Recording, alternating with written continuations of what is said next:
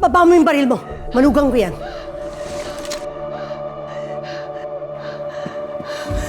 Ma, dito lang kami. We're here. We're here, Ma. Ayusin niyo na kasi yung mga ilaw! Mahamak tayo dito eh! Ano nangyari? Ayun. Nakakita po kasi si Lola ng lalaking umaakit sa pader natin. That's why tumawag po kami ng security guard. Sa sobrang pagmamadali po namin, nahulog ko na yung phone ko. Are you okay, Ma? Please don't cry, Ma. Okay.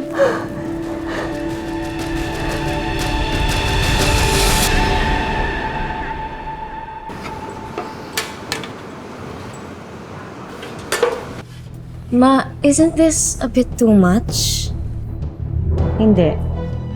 After nangyari yung kagabi, tapos yung nangyari sa dad mo, we can never be too sure. Kuya, Ma'am, okay na to? ma'am, ito po yung lugar na sakop ng camera. Okay. Ma'am, ito po yung kusina, Mm-mm. yung hallway ninyo, Mm-mm. salas, dining area. Sandali. Paki-zoom in nga tong sa dining area. Ito po.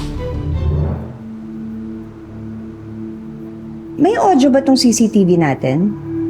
Ma'am, itong model na ito, wala. Pero yung premium po, meron.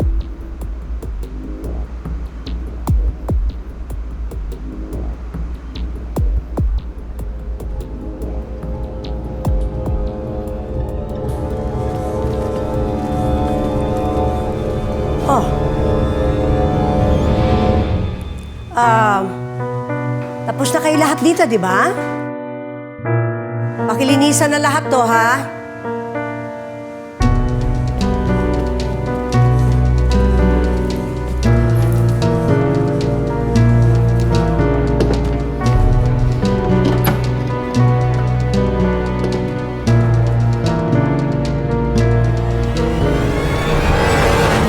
Ano raw ba ang sabi ng investigador tungkol kay Bambi?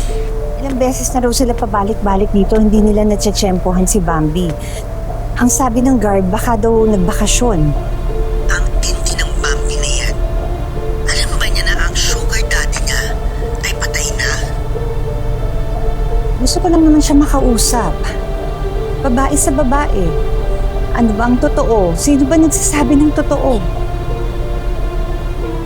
Napapraning na ata ko eh. Pati si Nanay Celia, malapit ko ng pagbintangan. Not Nanay Celia. Napaparanoid ka na, Sylvia.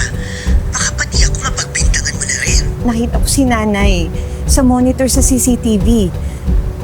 May kausap siya, parang aligagang-aligaga siya. Hindi naman siya ganun eh. Mas close kayo ni Nanay. Baka naman may alam ka na hindi ko nalalaman.